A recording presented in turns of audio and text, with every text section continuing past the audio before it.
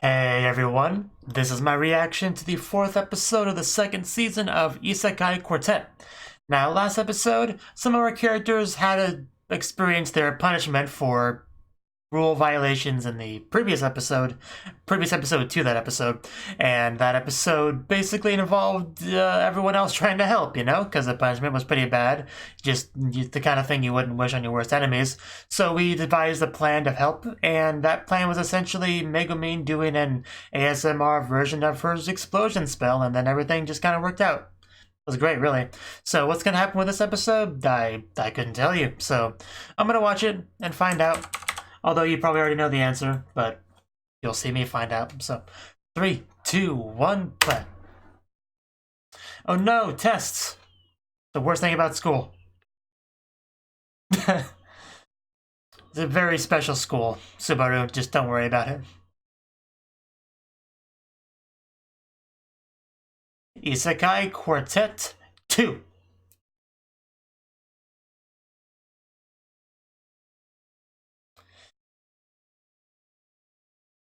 I still feel like we should be pulling rabbits out of those hats. Or at least I pull a puck out of the hat.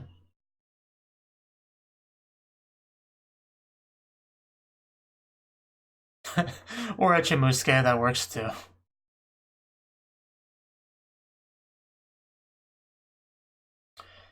Chimusuke, who can apparently light fires, as we discovered last episode.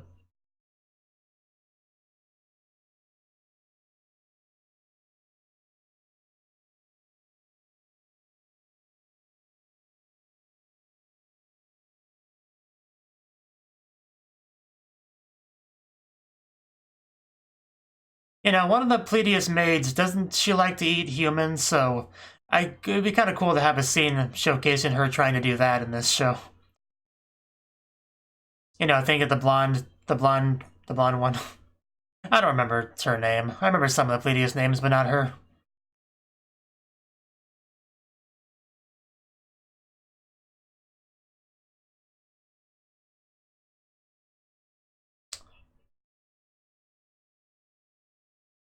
Pinch, test of learning.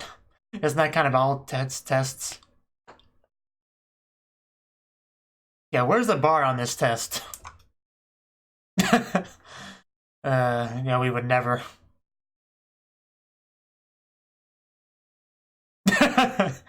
We're always worried about Shoutir.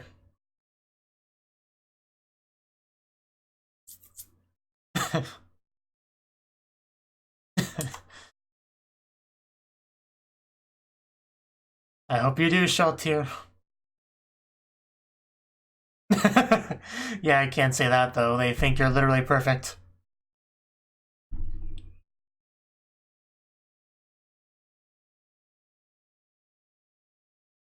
Some of us.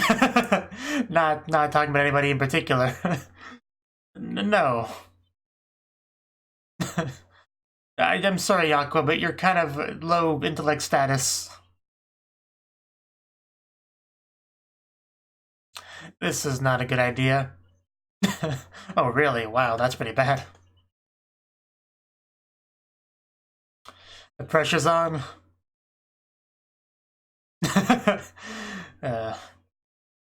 Can't let his anxiety show, though. I don't know. It just all sort of happened so quickly. But he looked at me, you don't understand. He was judging me with his eyes. Yeah, that's the thing. That's very sad.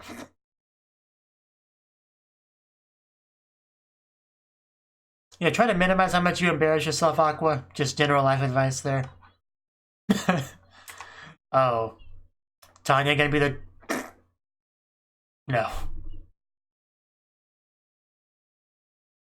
But yeah, Tanya is probably one of the smarter people in this class, so... It's not a bad idea, but...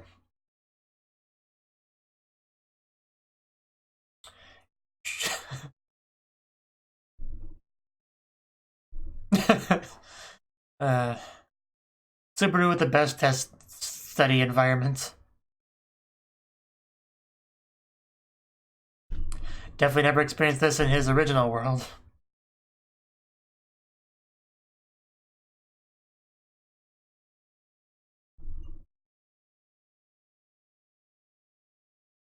Don't ask me.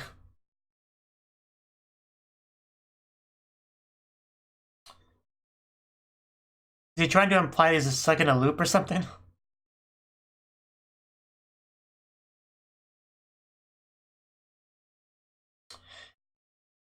Quiet in the study room, people.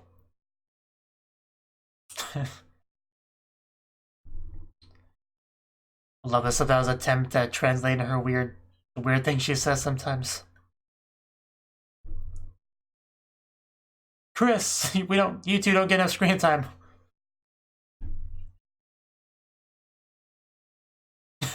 Only one.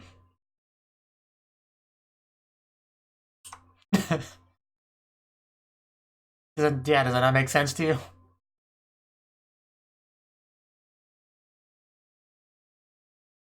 Why is Aqua hiding? I guess they kind of were, yeah, similar positions. You know, in a lot of ways. Oh, I'm so glad you brought that up. I was thinking about it too.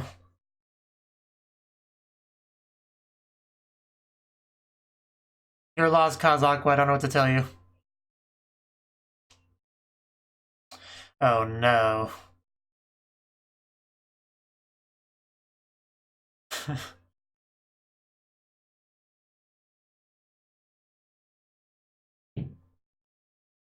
I wonder how difficult this will be.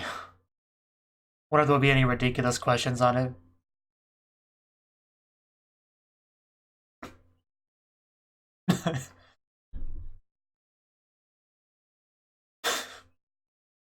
No, just your imagination.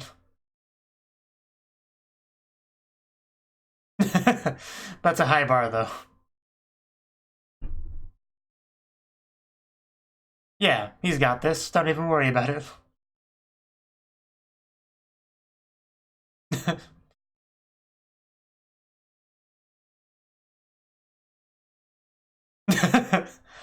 No, some secrets must be kept. Is that really something you could hear, Subaru? But yeah, Kazuma did make a Kotatsu happen in a fantasy world, so I'm sure he can manage. Here we go. Will we get to see the questions? I can't read that.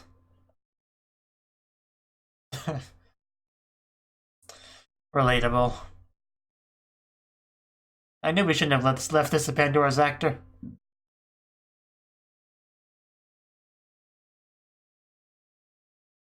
Yeah, you got magic. I'm sure you can manage something. Time stop, okay. That's a very useful magic.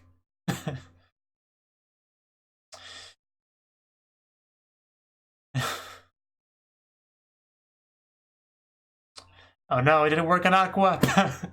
Of course it didn't work on Aqua, the freaking goddess. Yeah. Now she's gonna cheat, right? Yeah. It does make you kind of realize how scummy this action is, doesn't it?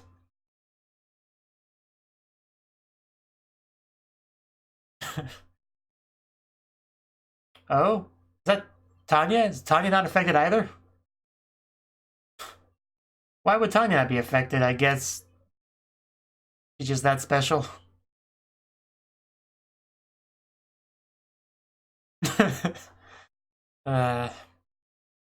Getting called out, Aqua. Yes, thank you for asking that question, because I don't quite get it either. But yeah, I guess it's just because of her affiliation with the god, being X.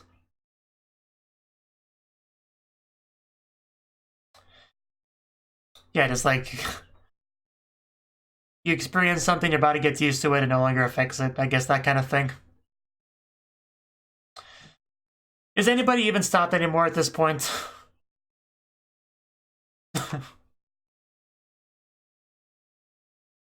We're in a very weird place.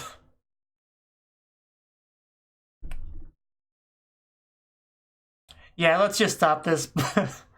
Aqua, I want to hurry up and get back to your seat. Before that happens.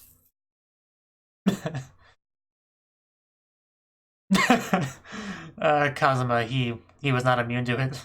And Aqua messed with him. Because you were cheating, Aqua.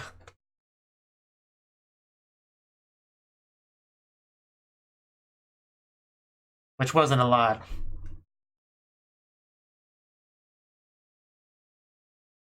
What? Yeah, stop groaning.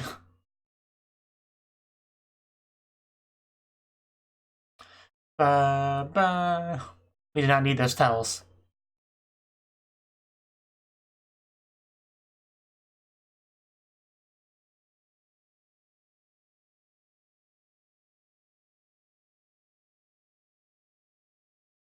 Stopping time to cheat seemed like such a good idea at the time, but then half the class weren't affected by it. And then it just progressively became a worse idea.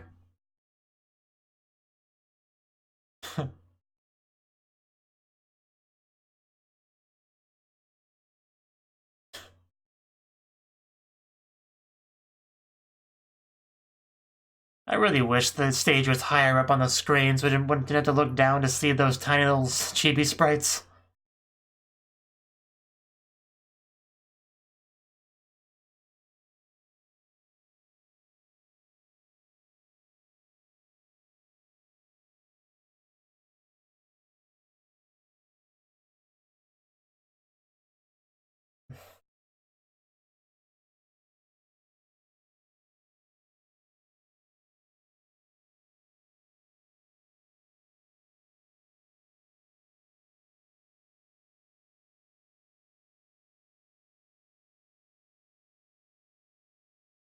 Okay, we get to see our results.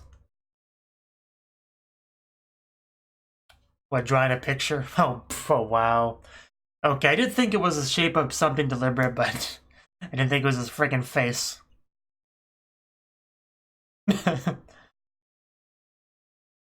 Yes. I would expect no less of our glorious leader. Our magician king, or whatever he was called. Okay, that was the 4th episode of Isekai Quartet Season 2. And this episode focused on test taking, which of course some of us are going to be better at than others because some of us are smart and some of us have very low intelligence stats. You know, not naming any names here. So, Aqua, I don't know why she felt it was a good idea to get into some sort of study-related duel with Ainz. It was not a good idea at all. You know, Ainz has his whole cheerleading squad, for one thing. It was funny when she started talking to Ainz, like, what, you think I'm an idiot? Well, you're right, but don't think it's, you know. She didn't exactly say that, but everyone knows that Aqua would not win in a intelligence competition with Ainz. Although Ainz isn't exactly super smart either, just because he mentioned not even graduating from middle school. But luckily for him, he knows the person that made the test, so he managed in the end. I do love seeing Aqua get all cryy and whiny, though. We had a scene of them all studying in the library, you know, with a sign that says to be quiet. He was in between Rem and Amelia, Rem giving him all the support that you would expect, but they had a weird line in it here. This brings back memories, which is an odd thing to say, because it says, I studied with both you like this, but has that ever happened? Like, because I'm trying to think. I know he learned, I think he learned the writing system of that fantasy world.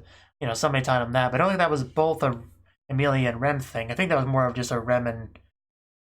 Actually, I'm trying to think. It's been so long since I've watched ReZero, but I think it was Ram, and so, you know, I actually don't remember that scene well enough to comment on it at all. That may be what it's referencing here. Otherwise, I'd have to assume that it was some sort of loop thing, but I don't know.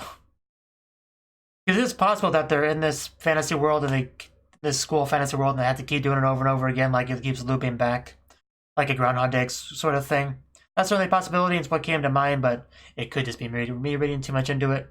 It could just be, you know, Subaru having a fuzzy memory of something from his previous life because, you know, he resets a lot, so Maybe he just forgets things, I don't know.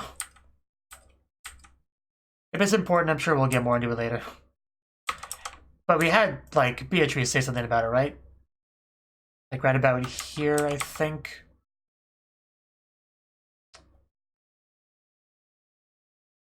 Yeah, I could have sworn she said something right about here. Maybe it was before that. Yeah, it's before that. It's right around here. Yeah, she says, thinking probably won't help you find the answer, so whatever it is, Beatrice knows about it. But Beatrice has always come across as knowing more than other people. So, that doesn't prove anything either, but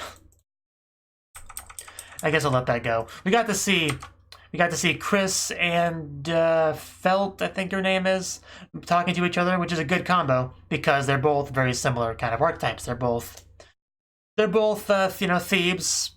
Although with Chris, it's more of an RPG, fantasy, fun kind of thief, and whereas Felt is more like I am poor and try not to starve to death on the streets kind of thief. A little bit different, but And there's also more to both of them than meets the eye. So, very good combination there, I'd say. And I do like how we brought up the Chris panty stealing, because that's one of the most iconic scenes of Konosuba. So, any excuse we had to bring it up, I will gladly take. And then we eventually got the test. Ain's a little bit nervous, but luckily, like I said, he knows the test taker, so he was able to do well in his own way. But I don't think we actually saw how well most of them did. He did try to stop time to try to help cheat, but didn't work out too well because Aqua, Tanya, and Subaru were not affected. Aqua was not affected because she's a goddess. Tanya's not affected because I guess she just has a very strong affiliation with a god, and because Tanya has also went through time-stopping shenanigans, like when she died in her previous world, for example. So I guess she could build up a bit of immunity to that. Subaru is a little bit less obvious, but I guess he also has some supernatural shenanigans going on with him.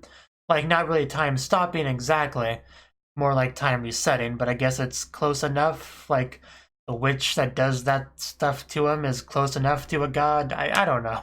I'm not sure exactly some of the mechanics here. It's a very weird mishmash of worlds and mechanics and laws and stuff, so not something you want to think too much about, I suppose. But seeing Aqua being Aqua when the time was stopped, messing with people, pulling out chairs, sticking pencils in Kazuma's nose. Nothing too surprising there from Aqua, really. But luckily she did get in trouble. Nobody else got in trouble, but then again, nobody else really did anything wrong, aside from maybe Ainz, who did stop time, although he didn't technically cheat, so I don't think Ainz really did anything wrong either. So really, Aqua's the only one that did anything wrong there, I think. Everybody else is just kind of like, what the heck, why is time stop? Or in Ainz's case, was like, you know what, maybe this was not a good idea. Aqua looks kind of scummy doing this stuff. It's kind of like looking at a mirror, like what I would look like if I tried this stuff. So you know what? You never mind. I think I'll just do my best with the test regularly. So Aqua, the only bad one, is basically my point.